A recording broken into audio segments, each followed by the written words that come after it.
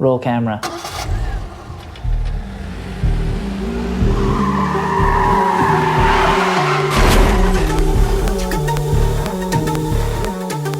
Action.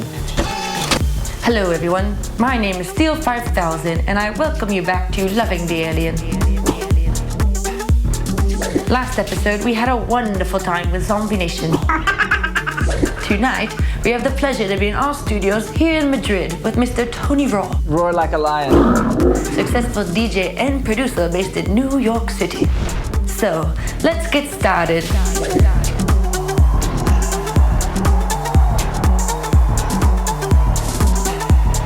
So tell me, how was it for a young Tony Rohr growing up in the 90s? Actually, can we rewind a little bit? Was growing up in the 80s, actually, as a teenager and whatnot, there was not a lot of music. Where I was from, it was a cornfield of about 10,000 people, 12,000 people, and anything you heard on the radio was like Styx, classic rock, you know, and all this other shit, for lack of a better word, music. And it wasn't until the 90s when hip-hop sort of really made its debut, not debut, but it made it radio-friendly and coming up like that was really, wow, this is exciting, and this is something bigger than this shit little town I'm in, you know, and hip-hop went to house music went to techno, and I guess it was a turning point for me to go, I really gotta get the fuck out of here. Tony, tell me about the beginnings. I guess in the 90s I started as a club DJ at a little, you know, dance club. I guess they're called discotecas here in Europe. It's like, well, they just play this cheesy radio kind of Madonna remixes, you know, and like rock band remixes. Oh, it's a dance remix. So like that is kind of how it started, and then kind of getting into more house music, and then ultimately techno. And I was taking over the Friday, Saturday spots at a nightclub, and also DJing like frat parties and sorority parties, and God forbid, weddings. Yeah, you want to hit the Macarena? No problem. Here it is. Can you do the Macarena for us? I cannot, and I'm proud to say that. I cannot do the Macarena. Yeah, so then it ultimately became, you know, my sort of musical selection at the club was getting a little bit more out of the box, and then I noticed that, hey, listen, you know, I'm not gonna go down this road of playing this just like shit music, so let me have a night where I can kind of play what I like. And then Wednesday nights, I was just playing, you know, techno and house and even sort of a little bit of a trance. And by the end of my whatever residency there, Wednesday nights were the biggest nights. But I was still a DJ there. I was still getting fucking $25 a week. So that's when we decided, let's throw independent, just like warehouse parties. So we started throwing warehouse parties and on Fridays and Saturdays. And we were going to the same liquor distributors as the clubs, and we were going through more alcohol than the clubs I used to play at. So, you know, it's just kind of like a maturing, like, okay, from the club to these independent warehouse parties to, yeah, let's throw something with like 1,500 people at it. It sounds great. We can organize it, no problem. And renting out like old abandoned supermarkets and big warehouses and just promoting and getting people we know and like and music that we liked, and yeah, that was the heydays. How would you describe your sound? Not sucking. I think that's rather than say it's this or that, it's just like, it's not bad. You know, for years I've made minimal or techno or house or electro, or, you know, there's only a few people I think that really go to all these different genres and can do it and just say, yeah, I can do that, you know, and I'll make this kind of music. Ironically enough, it kind of hurts you when you do that. It's funny how that if you kind of pigeonhole yourself and you just make techno and you just make this one kind of techno and that's all you do, you just see yourself climbing up the ladder and accolades and everybody's talking about you in this world and whatnot. But if you kind of bounce around here and there and jack of all trades, master of nothing, it kind of hurts you.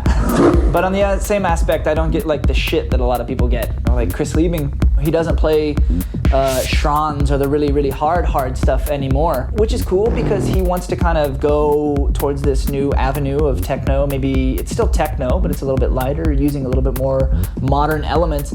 But all these hard techno people completely abandoned him, you know, totally dissing him behind his back and talking bad about him on forums and whatnot, as little internet trolls like to do.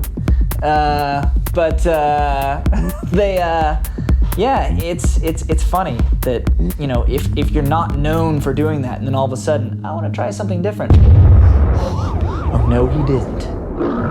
Tony, what's minimal? Minimal is a buzzword.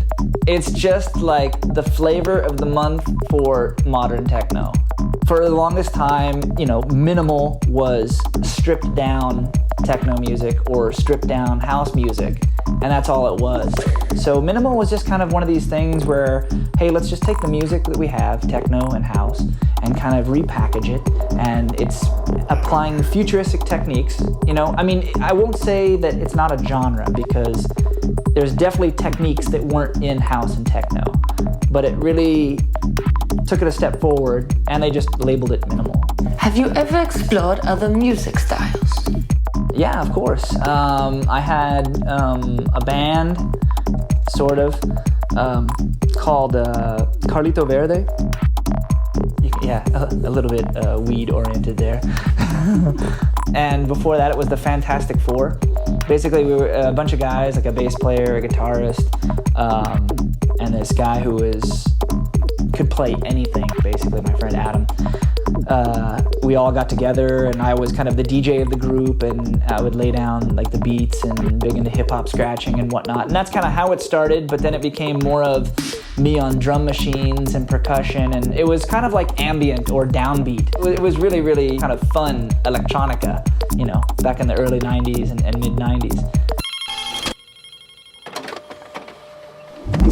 The fax was a grand invention, was it not? Correct. Tell me your best fax story. One of the kind of defining moments in my career of making it or whatever was one day at the distribution office, a fax came in from Richie Houghton.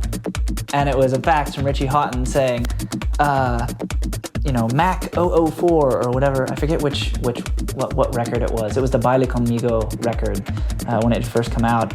I was like, maybe it was 006 or something. Maybe you can check that in the back there.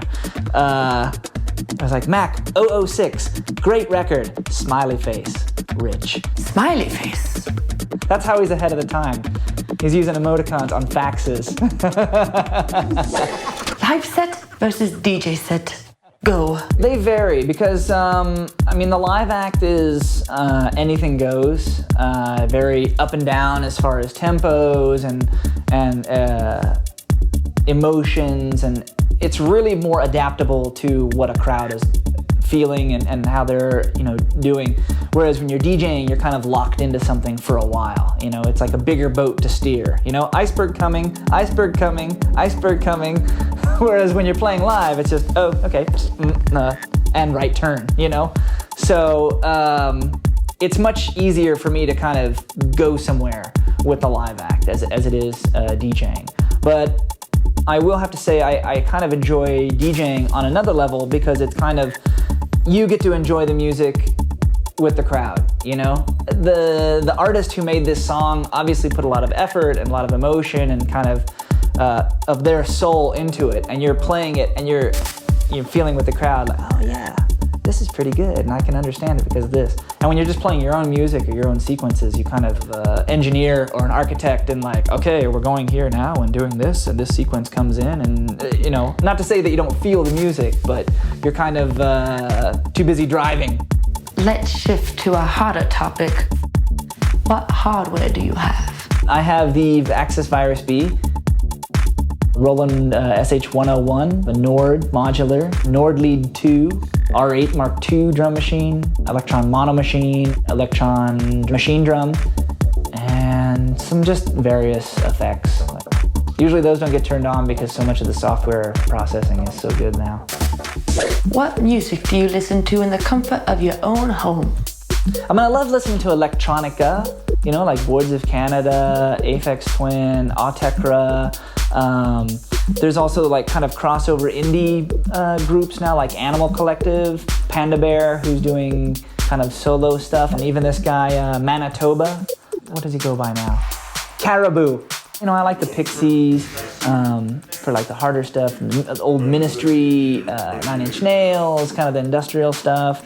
But then I also kind of like new, not pop, but people like Radiohead. I'm even, you know, my guilty pleasure is Coldplay. I do like Coldplay. Yeah, sorry if I broke any hearts there, saying, oh, what, really? For me, Coldplay is not something like, oh my God, that song, it just so touches my heart because I can totally place myself. I'm more of a, holy shit, do you hear how compressed that guitar sounds? And it just sounds huge, and they put it over in this left speaker, and how do they get the drums sounding like that? So it's kind of a, you know, geeking out over the production of Coldplay. According to my sources, you have a long-standing career as an actor. Please shed some light on that subject. Yeah, I remember Googling, and every time I would Google Tony Rohr, like, who's this asshat who only plays extras, like little bits and pieces? So somewhere out there, there's another Tony Rohr going, who's this Tony Rohr making music? Can we look forward to an upcoming album? This is an exclusive right here, is this kind of new persona that I'm creating. It's called Oddmatic, and I'm probably gonna release either an album or like a series of vinyls or like a series of releases. If you've heard me recently in a live set, and maybe it's kind of after hours-y or darkish, and it sounds kind of housey but weird, you've probably heard the Oddmatic stuff. That about wraps it up for now. Tony, thank you so much. It has been a pleasure. NYC, baby. Join us next episode as we travel up to Berlin to visit an artist who's one of its kind. Hausmeister. Ganz gut. Wunderbar. My name is Steel 5000, and this was Loving the Alien.